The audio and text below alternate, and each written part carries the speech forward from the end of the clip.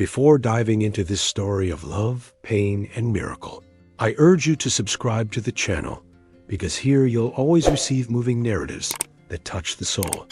And take the opportunity to tell me in the comments which city or country you're watching this video from, because I love seeing the depths of our stories. Now get ready, because what you're about to hear isn't just a story. It's a testament to how life can be destroyed in seconds and yet be reborn when all seems lost. Rachel Collins was just 22 years old, full of dreams and energy. She grew up in the heart of Texas, in a small town surrounded by farmland, where the sounds of AM radio echoed with songs by George Strait and Reba McEntire, lulling her into mornings. Rachel dreamed of traveling the United States in a red 1979 Chevrolet pickup truck, feeling the wind in her hair and writing stories in a worn notebook she always carried in her purse. She believed nothing could stop her until that rainy night. That changed her life forever. It was the fall of 1984 when, returning home from visiting friends, Rachel turned onto a dark country road. The rain was falling heavily, turning the road into a treacherous mirror. A car suddenly appeared, veering into her lane. The impact was violent. The sound of twisting metal and shattering glass forever seared her memory. The red Chevrolet spun, out of control, slamming into the barbed wire fence surrounding the pasture. When paramedics arrived, Rachel was still conscious, with blood streaming down her forehead and tears mixing with the rain. The diagnosis was cruel. Her spine had been severely damaged. The doctors were blunt. Rachel would never walk again. Words echoed in her mind like a hammer, destroying dreams, plans, and the future that had seemed so promising. Her youth, which until then had seemed like an open field full of possibilities, became an invisible cell. Her body was alive, but her heart seemed to have stopped on that wet road. The following months were filled with hospitalizations, painful physical therapy, and endless nights of crying. Rachel could hear doctors whispering in the hallway, calling her legs dead weight, as if she were just one lost cause among so many others. On the radio in her hospital room, the songs that had once brought her joy now sounded like cruel irony. Every chord seemed to mock her pain. Upon returning to her family home, Rachel found a stifling routine. Her wheelchair creaked across the hardwood floor, reminding her with every movement of her new reality. Neighbors looked at her with pity. Friends gradually drifted away, and even her family seemed to treat her as broken. Her identity was no longer that of a young woman full of life, but that of a disabled person who needed help with even the simplest things. The physical therapy sessions were always the same: mechanical movements, painful exercises, and false smiles of encouragement from the professionals. Deep down, everyone knew, and so did she, that progress was non-existent. Rachel went because they said she needed to, not because she believed in any results. With each week, hope faded further, until it became nothing more than a distant memory. Like the blank pages of a notebook she no longer wrote in. As the years passed, the sparkle in Rachel's eyes faded. Her colorful clothes gave way to neutral tones. Her makeup was forgotten in a drawer. She no longer spoke of dreams, travels, or plans. It was as if the accident had stolen not only her legs, but also her voice and her soul. The mirror reflected a young woman who seemed aged by pain and loneliness. On silent nights, the sound of the living room's rotary phone broke the monotony, but it was never meant for her. Childhood friends were getting married, traveling, starting families. Rachel, meanwhile, simply watched others' lives pass by through the window. The Texas wind carried the scent of crops and horses, reminding her of the freedom she once had, which now seemed unattainable. That was how her life went, trapped between memories and frustrations, in a cycle of humiliation and despair. But what Rachel didn't yet know was that the same fate that had thrown her into the mud of a brutal accident was about to lead her to something much greater. Her story was far from over. And when faith, love, and a miracle intertwined in her life, everything would change in ways no one could have predicted. The afternoon was heavy, the Texas sky heavy with dark clouds that threatened to collapse at any moment. Rachel rode with her cousin in a blue 1981 pickup truck, the leather seats warm and the radio blaring a news station, interrupted by country music.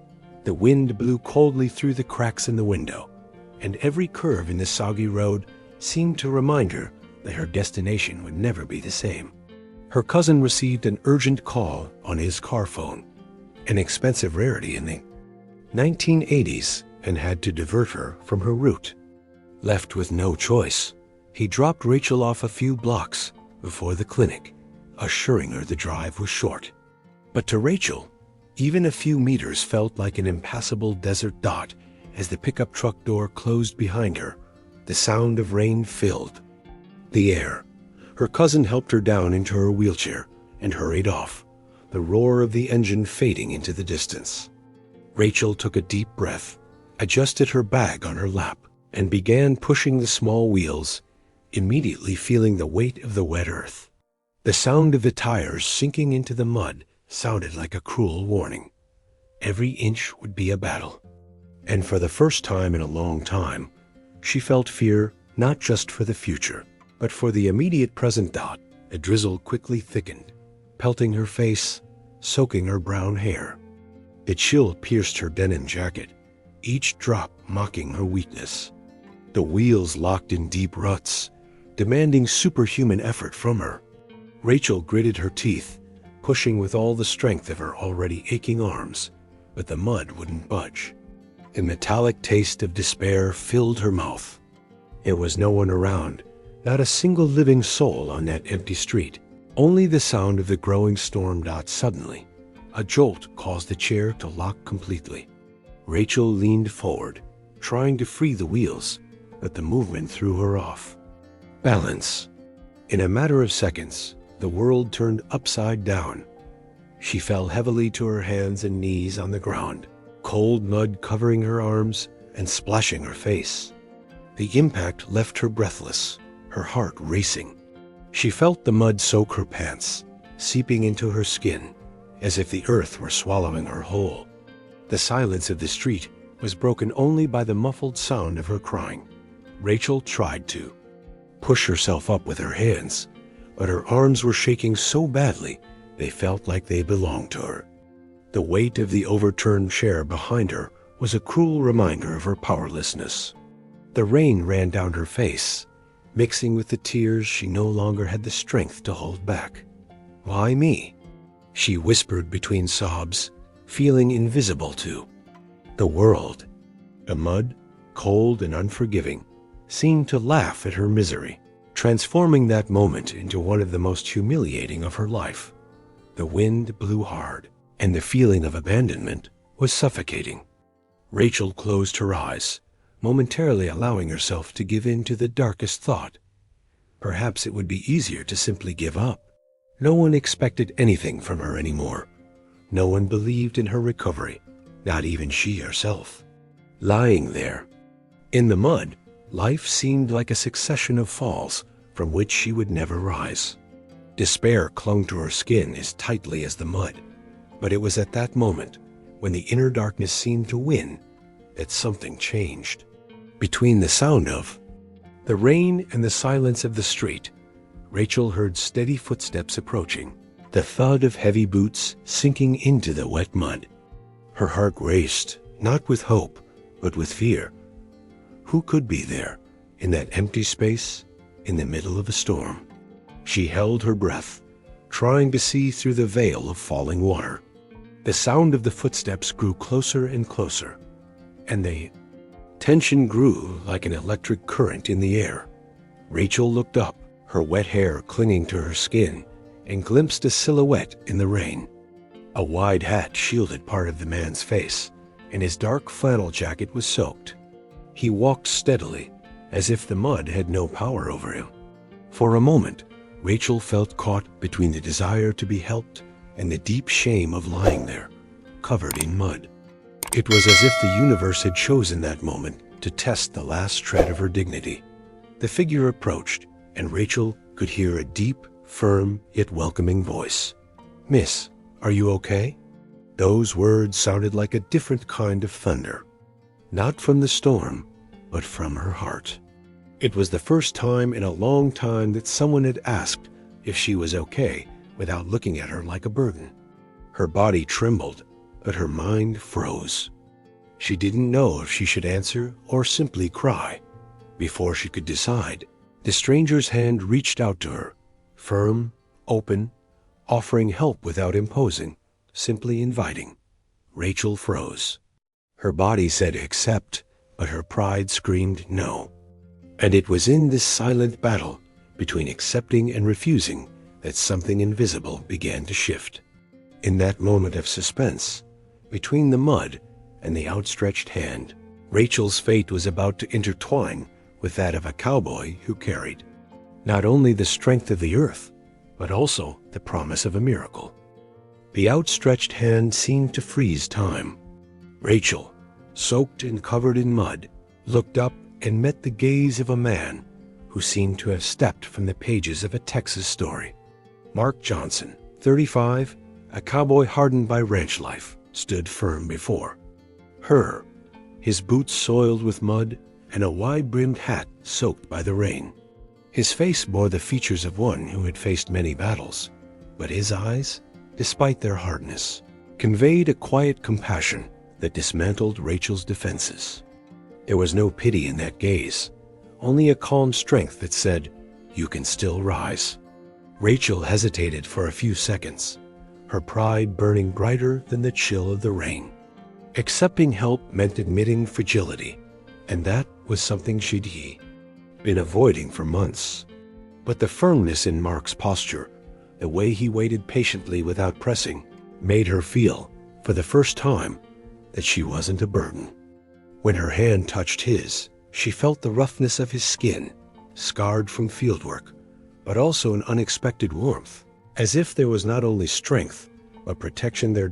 With a sure movement, Mark lifted her gently, as if she were both fragile and precious. Within seconds, Rachel was back in her wheelchair, panting, tears mixing with the rain. She tried to hide her face, embarrassed by the humiliating scene. "Thank you. I just messed up a bit," she murmured, as if to minimize her pain. Mark crouched in front of her, leveling his eyes with hers, and said firmly, "You don't have to apologize for falling. Everyone falls. The important thing is to get up." The words echoed deep within Rachel, shattering something inside her. She realized there was no judgment in his voice, only truth. Mark studied the mud splatter on her clothes for a moment, then looked back at her with an almost challenging expression. "Were you going to the city in this bad weather? It's no place to walk alone in this state. The road swallows even those with two steady legs." Rachel took a deep breath, fighting the anger at being seen as fragile, but also the strange sense of comfort this unknown man brought her. The silence that followed was broken only by the rain falling on the surrounding leaves. Mark pushed his hat back and gave Rachel a small, almost imperceptible half-smile, but it warmed Rachel more than any coat could. "My name's Mark Johnson. I have a ranch just around that bend. And you?" Rachel wiped her face quickly and replied, still not fully meeting his eyes. Rachel Collins." He repeated her name, as if to keep it in mind, and then nodded slowly. "Nice to meet you, Rachel." "I think we met at the right time." Rachel frowned, puzzled. What did he mean by that? Mark didn't explain, just stood and held on to the wheelchair, easily pushing it a few feet to the firmer path. "No need, I can do it myself." Rachel protested, but her voice was weak in the face of his determination. "I know you can," Mark replied, without looking back. "But sometimes accepting help doesn't make you weak. It makes you human." Those words, spoken so simply, hit her like a bullet to the heart. The rain was already beginning to ease, and on the Horizon, a thin sliver of golden light, broke through the dark clouds. Rachel watched him silently, admiring the firmness of his broad shoulders beneath his soaked jacket and the determined way he walked, as if the mud had no power over him. Something about Mark conveyed a peace she hadn't felt in years, but at the same time, it stirred a suspense within her. Who was this man who had appeared just as she had given up fighting? When they finally stopped in front of the clinic entrance, Rachel's heart was racing, but not from exertion. She knew their encounter was no coincidence. Before walking away, Mark bowed slightly, removed his hat, and said firmly, "Rachel, remember, God doesn't allow falls without a purpose. Maybe today is just the beginning of something bigger." He put his hat back on, turned, and walked toward. His red Ford F-1000 pickup truck parked a few feet away. Rachel stood motionless, watching the truck's ancient engine roar to life and disappear down the wet road. Something inside her had changed. The mud that had once symbolized only humiliation now held the memory of an encounter that seemed written by fate itself. She took a deep breath, her heart stirring, as if an invisible seed had been planted there. For the first time in a long time, it wasn't just pain that accompanied her. There was also the strange feeling that a miracle was lurking, waiting for the right moment to blossom.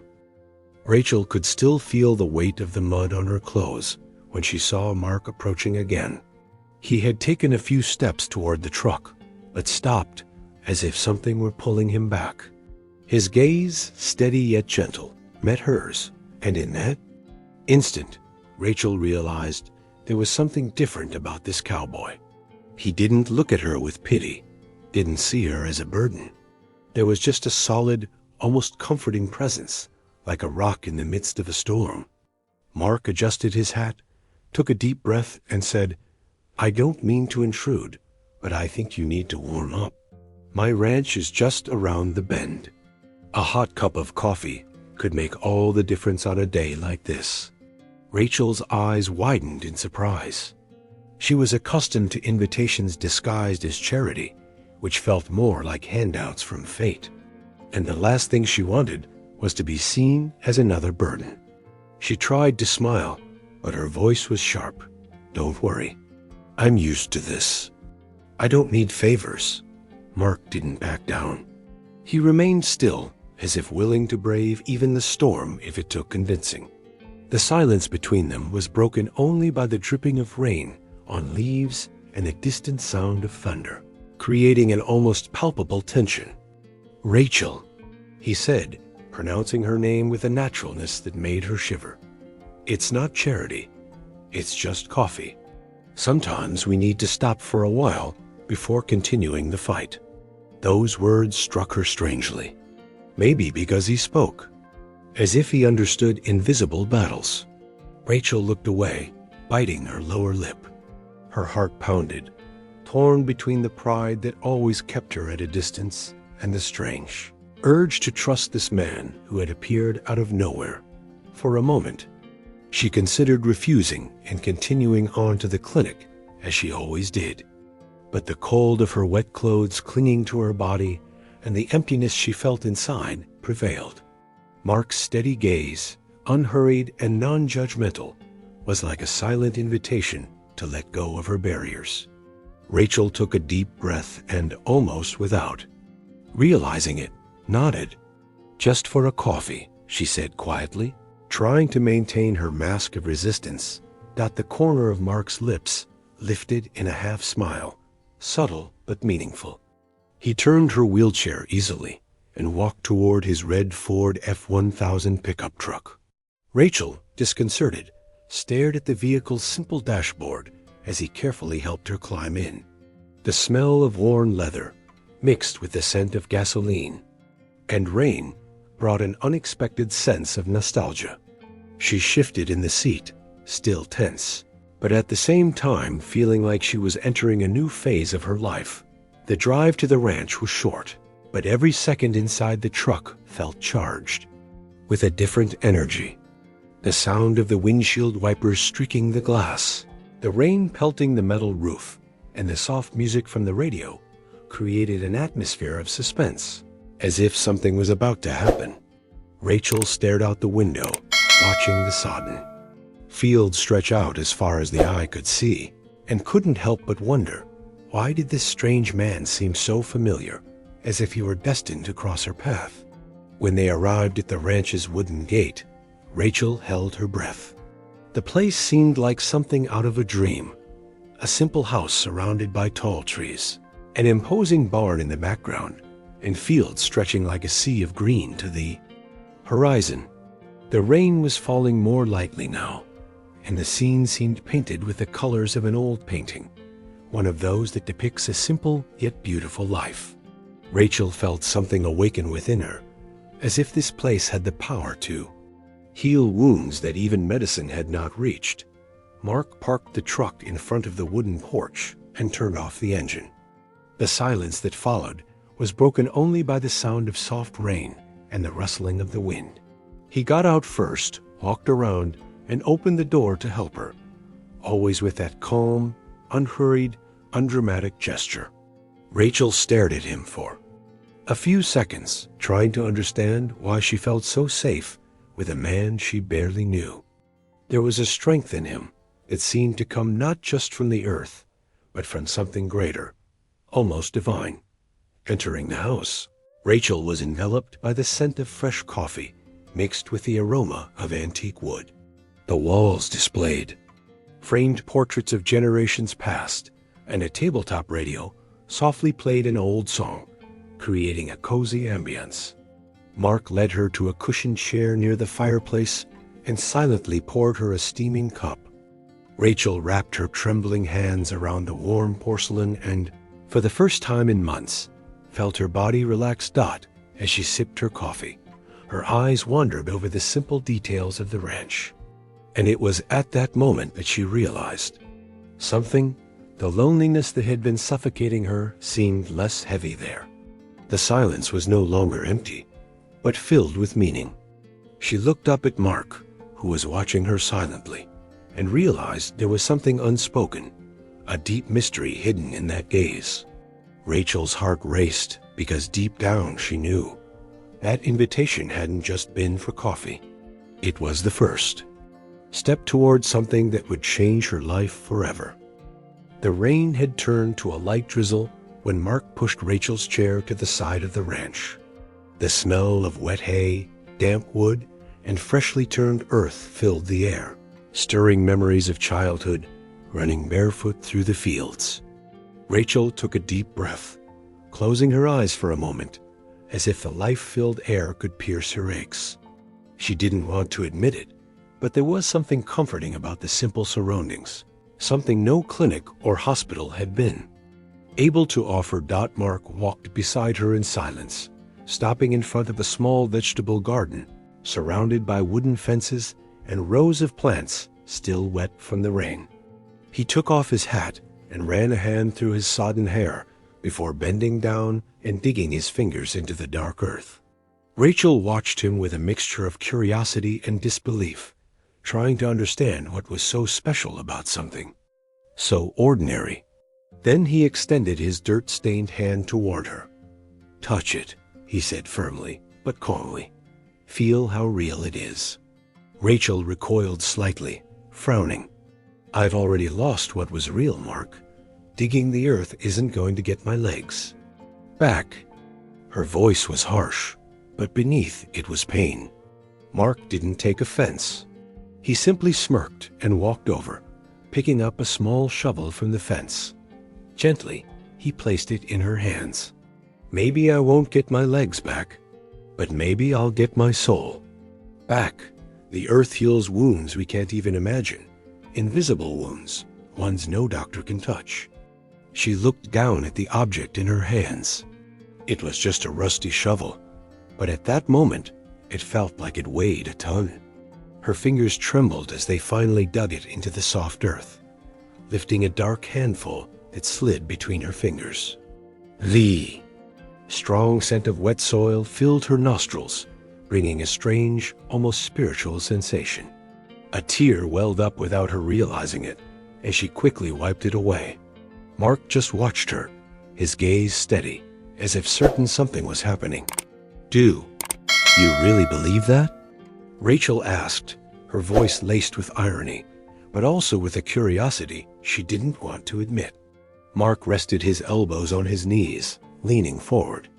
"Rachel, I believe God speaks through simple things. A seed, for example, can seem dead for weeks, but in due time, it sprouts, grows, and bears fruit. Our lives are no different. The miracle is hidden in the waiting, in the care, in the faith that the earth will give life again." His words echoed in her mind. She wanted to dismiss it, laugh it off, dismiss it as nonsense, but she couldn't. There was something different about hearing about faith from someone who lived by the sweat of the earth, not from rehearsed church speeches. The cold wind blew against her face, and Rachel looked at the small seedlings in the garden, noticing their quiet strength. Small, fragile, but full of life, braving the rain and wind. Perhaps there was a lesson there, one she wasn't ready to accept, but one that was beginning to tug at her heart. Mark then picked up a small tomato seedling and placed it in front of her. "Plant this," he asked simply. Rachel laughed, but there was a nervousness in it. "And what will that change?" He reached out and took her hands, steadying her fingers on the seedling. "Maybe nothing, maybe everything. What matters is how you feel while you do this. The earth teaches patience, and patience teaches faith." His touch was firm, but there was a gentleness that made her heart race. With a resigned sigh, Rachel pressed the seedling into the damp soil, feeling the cool earth invade her hands. For the first time in a long time, she did something that wasn't connected to pain, but to creation. The feeling was strangely liberating, as if a forgotten piece of her life had been returned. Mark smiled at the sight, but said nothing. His silence spoke louder than 1,000 words. There was hope there, and she needed to find it for herself. As Rachel stared at her dirt-stained hands, she felt a quiet, almost imperceptible peace, but it made her take a deep breath like she hadn't in months. Mark stood, adjusted his hat, and said softly, "Miracles don't shout, Rachel. They whisper. And sometimes the first sign comes when we decide to get our hands dirty." She looked up at him, and for the first time in a long time, she felt that maybe her life hadn't ended on that road. But before she could respond, a distant clap of thunder split the sky, and the old ranch dog began barking in the barn. Rachel was startled, her heart racing, and for a moment she wondered, what else did this place hold? There was something mysterious about the ranch, something that seemed much bigger than just a vegetable garden. And this feeling made her uneasy, as if meeting Mark was just the beginning of a destiny yet to be revealed. Her first visit to the ranch should have been just a coffee, but Rachel felt something pulling her back. Days later, as her cousin's old pickup crunched over the gravel, she asked to be dropped off at the entrance to Mark's property. She couldn't quite explain why, but there was a silent call to that place, as if the land had reserved a space for her. Mark, seeing her appear on the road, simply lifted his hat and smiled slightly, as if he'd already been expecting her arrival. The routine began simply: a basket of fresh eggs, a few chickens scratching around the yard, and the old dog named Rusty, who would come and lie down next to Rachel's chair as if they were old friends. Mark would assign her small tasks, nothing she couldn't do, but they required effort. "You can handle this," he would say, always firmly. And strangely, Rachel felt a sense of pride as she accomplished each one, as if she were being brought back to life step by step. As she planted seedlings in the garden, Rachel discovered that her hands were shaking less each week. Contact with the earth no longer felt strange, but rather a secret connection to something greater. With each seed she buried, she imagined she was burying a piece of her pain. And with each sprout that emerged, a thread of hope also blossomed. Within her, Mark watched from afar, without intruding, only offering help when needed. He seemed to understand that silence was as healing as words. Mornings at the ranch became a refuge. Rachel listened to the rooster crow, the sound of Mark's footsteps in the barn, and the crackle of wood in the wood stove. Between a black coffee and reading a forgotten book on the shelf, she felt time flow differently. There was no rush, no clinics, just the peaceful pace of rural life. And that was all she needed. Time to reconnect. His body began to respond. His arms, once weak and tired, grew steadier from pushing the chair over the uneven terrain. His cheeks lost their pallor, replaced by a healthy flush brought on by the Texas sun. Even his eyes, once dull, now shone with a reflection of life. Not seen since before the accident. The mirror no longer seemed merely an enemy, but a reminder that there was still something to blossom. Mark, for his part, watched silently. He didn't treat her like an invalid, nor did he shower her with cheap comforting phrases. Instead, he gave her responsibilities, gathering the eggs, feeding Rusty, watering the garden. Each gesture carried a hidden message. He believed in her, believed there was still strength hidden beneath the layers of pain. And that gaze, steady and constant, moved Rachel in a way she couldn't name. One afternoon, while holding a basket of harvested vegetables, Rachel let out an unexpected laugh. The sound echoed through the yard, light and crystalline, startling even the chickens that pecked around. Mark, hearing it, looked up and smiled discreetly, as if witnessing a silent miracle. It was the first time in years that Rachel had truly laughed, and in that instant she realized she was coming back to life. The days passed, and the routine at the ranch became more than just occasional visits. Rachel began to feel like this place was a part of her. Rusty accompanied her everywhere, and even the animals seemed to recognize her presence. Evenings on the porch, watching the sunset with Mark, became moments of peace she'd never experienced before. Between silences and glances, something grew between them, a bond that needed no words. Rachel still struggled with her own fears, but she felt her heart race more and more as Mark approached. There was a strength in him that comforted her, but also a tenderness hidden beneath the cowboy toughness. It was as if he carried invisible scars as deep as her own. And deep down, Rachel knew they were connected by something greater than mere coincidence. That week, as she gazed up at the star-filled sky, Rachel realized something new. She no longer cried before falling asleep. She no longer felt crushed by the weight of the chair. Instead, she felt gratitude. Gratitude for the ranch, the animals, the land, and above all, for the mysterious man who, without promising anything, was giving her back not only her smile, but also her faith that perhaps miracles were possible. The afternoon sun was pouring over the Texas fields, painting the horizon golden, when Mark appeared with something unusual in his hands.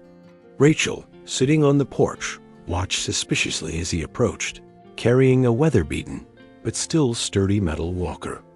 Her eyes widened and her breath caught in her chest. "No, Mark, not that. I've heard too many times that I'll never walk again." Her voice was choked with fear and anger, as if the object were a cruel sentence reminding her of her limitations. Mark stopped in front of her, setting his walker down on the wooden floor with a metallic clang that seemed to echo through the porch. There was no rush in his expression, just that calmness that always disconcerted her. "Rachel, I didn't say it would be easy, or that it would happen all at once. But sometimes we have to try. Faith is like a seed. It needs patience to blossom." His words fell on her like gentle rain, hard to ignore. Still, Rachel shook her head, tears welling in her eyes. "What if I fall? What if I humiliate myself again?" she whispered, her voice almost broken. Mark knelt before her, looking into her eyes, never looking away for a second. "Then I'll be here to catch you. I won't let you fall." There was such certainty in his words that Rachel felt a strange strength course through her, as if for the first time someone believed in her more than she herself. The silence was broken only by Rusty's barking in the yard, as if even the old dog was confirming that this was the right moment. With trembling hands, Rachel gripped the cold bars of the walker. Her heart was pounding so hard it echoed in her ears. Mark stood behind her, firm but not pressing. "Slowly, Rachel. Just feel the ground." She pushed forward, her arms shaking with the effort, until she managed to pull herself up a few inches. The world spun for a moment, her legs feeling like pieces of strange wood, but she was standing. Standing for the first time since the accident. The wind blew hard at that moment, lifting the scent of earth and hay like a sacred perfume. Rachel felt her heart race, tears streaming down her face, unable to contain them. Mark, his voice low, simply said, "That's it. Now one step." It seemed impossible, but she tried. Her right foot dragged on the ground, then her left, and for a brief moment, time stood still. Rachel moved, albeit frailly and shakily, but she moved. Her body gave out soon after, as she fell back into the chair, sweaty, exhausted, but with a smile she hadn't shown in years. I did it," she murmured, almost in disbelief. Mark placed his hand on her shoulder and replied calmly, "You didn't just do it. You proved to yourself that there's still life inside you." Rachel looked at him with teary eyes, feeling that this moment was greater than any physical therapy, greater than any medical diagnosis. That night, lying in bed, Rachel relived every second of the experience. Her muscles ached, but her heart felt lighter than ever. Looking at her hands, still covered in soil from the garden, she felt an invisible connection between the miracle of a plant sprouting and the fact that she had taken her first steps. "Faith is like a seed," she remembered Mark's voice. For the first time, she wished she could believe this could be just the beginning. Mark, on the other hand, watched from afar, sitting on the porch with his hat pulled low. He didn't smile, didn't celebrate out loud. He simply closed his eyes and silently gave thanks, as if knowing that this step hadn't just been physical, but spiritual. The ranch seemed to breathe with her, as if the land itself had witnessed the beginning of a miracle. Rachel fell asleep that night with a thought that wouldn't leave her alone. If she could take one step, no matter how small, perhaps there was more waiting for her. Perhaps life had something greater in store for her than she could have imagined. And deep in her heart, even without admitting it, she knew that the person responsible for rekindling that flame had a name: Mark Johnson. The Texas sky dawned gray and heavy, as if sensing that this day would be different. Rachel was already sitting more firmly in her chair, her arms strengthened by the daily chores on the ranch. But the challenge Mark had set her seemed far beyond any previous effort. He stood before her, resting his hands on his knees and staring at her with an intensity that made her shiver. "Today, you're going to cross that patch of mud alone," he said, pointing to the same patch of ground where she had humiliated herself. Months ago, Rachel's heart raced. Returning to that place was like revisiting a nightmare. Rachel tried to laugh nervously, as if searching for an excuse to escape. "Mark, you know what happened last time. I don't want to go through that again." Her voice trembled, heavy with memories of the fall, the cold mud clinging to her skin, the empty look that almost made her give up on life. Mark didn't back down. His tone calm but firm, he replied, "That's exactly why you need to go back there. Because the mud isn't the end of your story anymore. Today will be the beginning." With the walker in front of her, Rachel felt her palms sweat. The silence was broken only by the distant mooing of cattle and the sound of Rusty barking near the far barn. Every detail seemed to conspire to make the moment even more tense. Mark took a few steps back, positioning himself on the other side of the muddy patch. "I'll be here. If you fall, I'll catch you. But I want you to try alone." The distance between them seemed infinite, even though it was only a few meters. She took a deep breath, closing her eyes for a moment, and murmured a short prayer. "Lord, if there truly is a purpose for me, help me now." When she opened her eyes, she saw Mark staring straight ahead, his hat obscuring half his face, but his eyes shining like beacons in a storm. Rachel tightened her grip on the walker and took the first step. Her foot sank slightly into the mud, drawing a gasp of fear from her. But she didn't stop.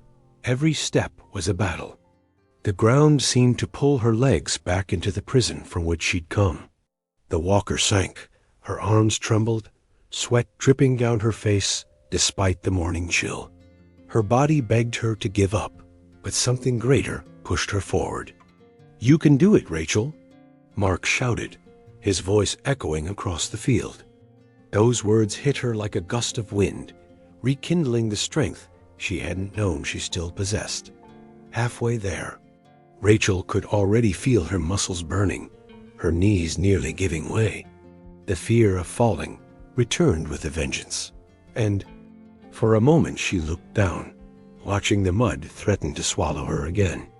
But then she looked up at Mark and saw in him not just a man, but a living promise that God was not finished with his story. "Don't look down," he shouted.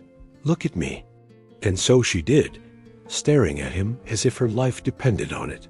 The second to last step was the hardest. Rachel nearly collapsed, and Mark pushed forward, ready to catch her. But she held up her hand, begging him not to come. "No, I can do it." Her voice was broken, but filled with faith. With all her remaining strength, she pulled her left foot up, crossing the last patch of mud until she was standing in front of him. Silence fell for a second, and then, with a sob, Rachel slumped against Mark's chest. He held her tightly, his strong arms enveloping her like a shelter. Her tears wet his shirt, but he was crying too, hidden beneath his hat. "You did it, Rachel. You conquered the place that wanted to bury you."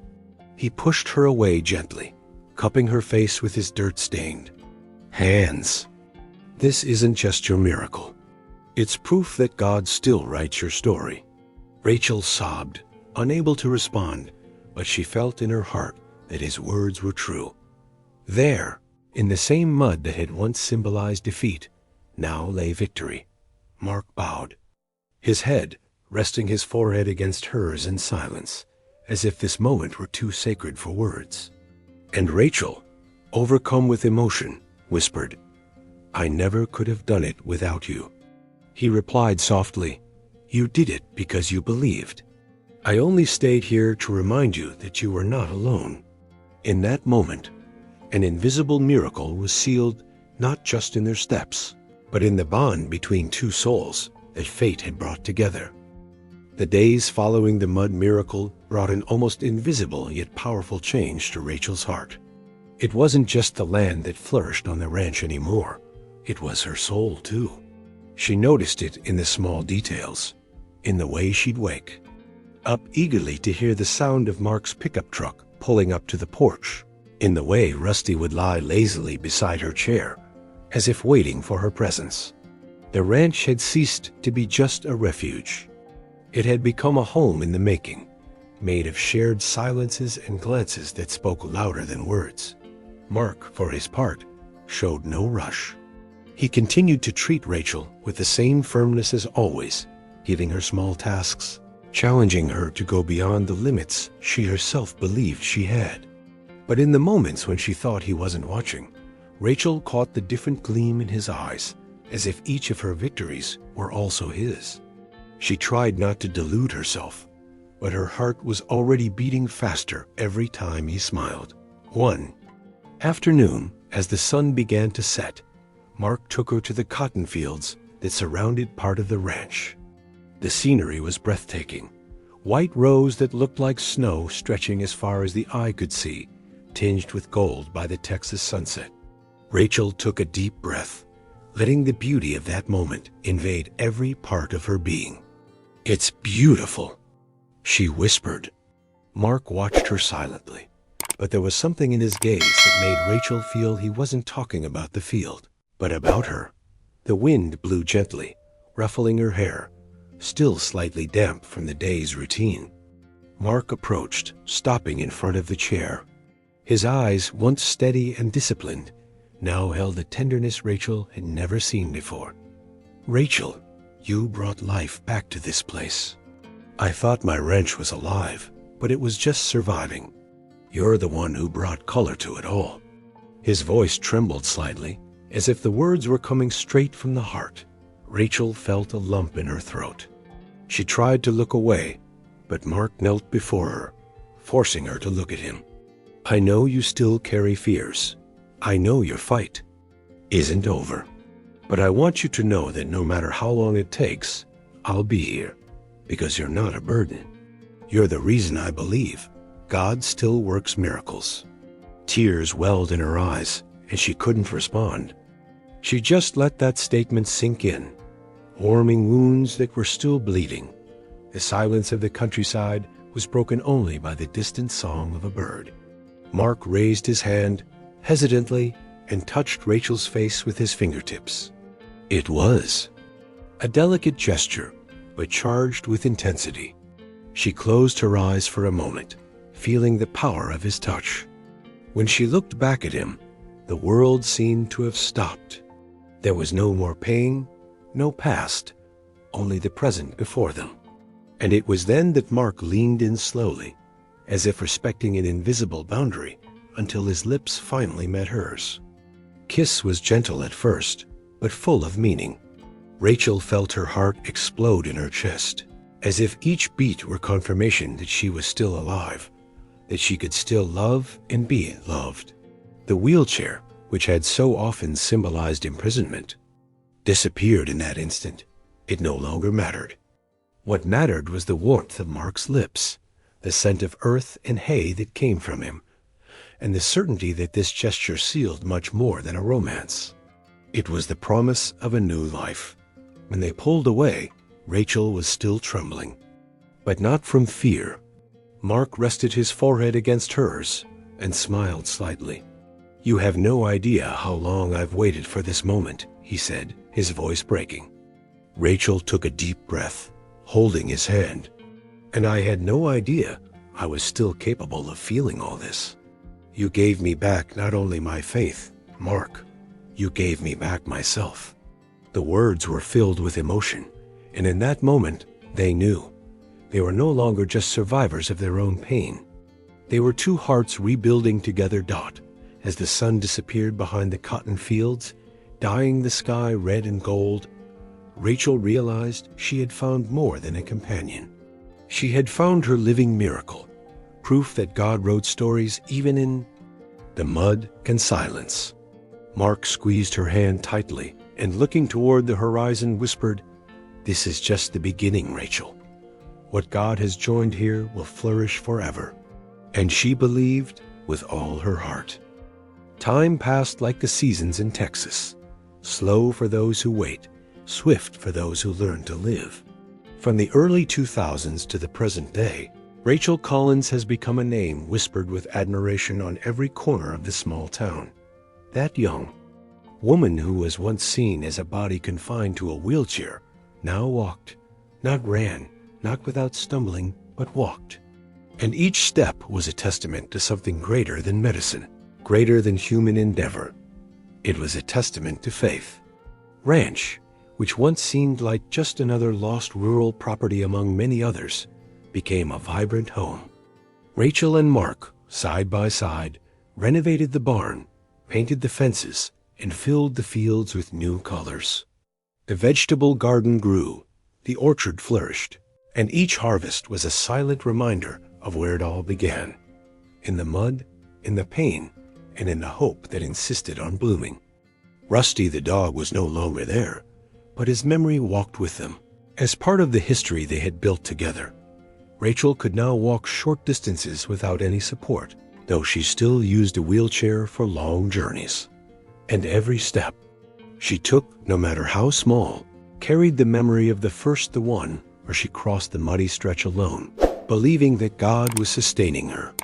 Her body still bore scars, but her heart was whole, filled with a strength that not even the coldest diagnosis could erase. She was no longer defined by pain, but by victory. In the community, she came to be seen as a symbol of overcoming adversity. Invited to meetings, testimonies at the local church, and even interviews on local radio stations, she always repeated, the miracle wasn't just walking again.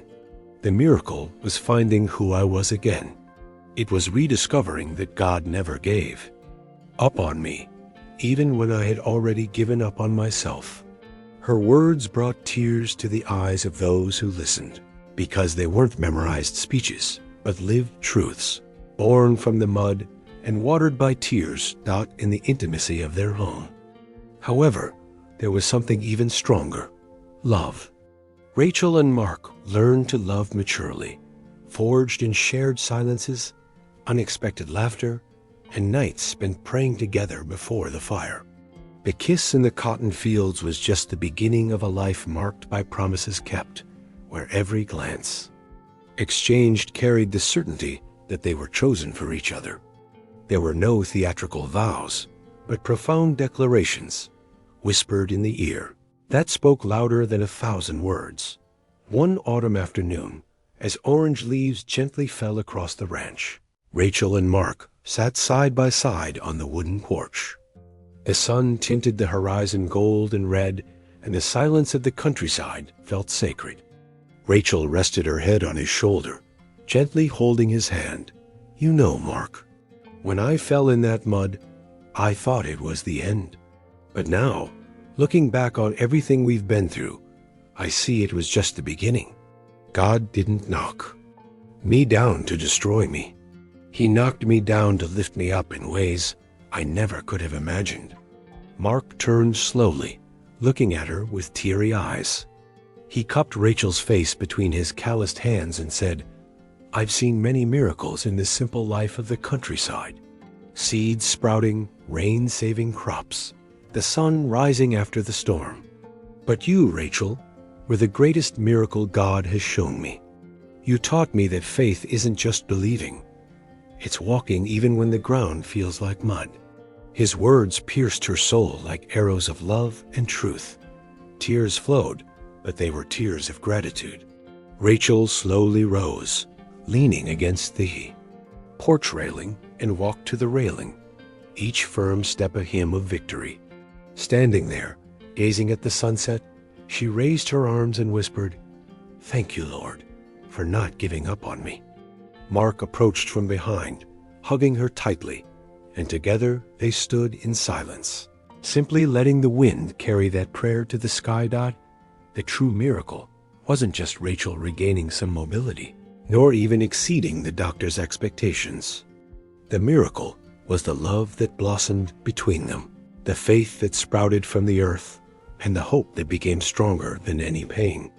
Her life was restored, not just in steps, but in laughter, in hugs, and in the knowing look she shared with Mark. On that Texas ranch, between heaven and earth, between mud and sun, two souls found their purpose. And as the sun disappeared behind the fields, Rachel closed her eyes and smiled, because she knew with absolute certainty that miracles aren't just extraordinary acts. Miracles are seeds planted in the heart, blossoming when faith, love, and hope decide to walk together. And so we come to the end of this story of faith, love, and resilience that was born from the mud and blossomed in the heart of Texas. Now, I want to hear from you. What city or country are you watching this video from? Let me know in the comments, because I love to hear how deeply our stories touch hearts. And if this narrative moved you, brought tears to your eyes, or rekindled your faith in miracles, then subscribe to the channel now. Here you'll always receive inspiring stories full of emotion, romance, and hope that transform ordinary days into unforgettable moments. Please share this video with someone who needs a message of strength and courage, someone who may be experiencing their own muddy road, and needs to be reminded that God still writes stories of new beginnings. Like it, activate the bell so you don't miss any posts, and become part of this community of people who believe that the impossible can become reality. And remember, miracles don't always arrive with a bang. Sometimes they are born silently, like a small seed that grows and changes everything.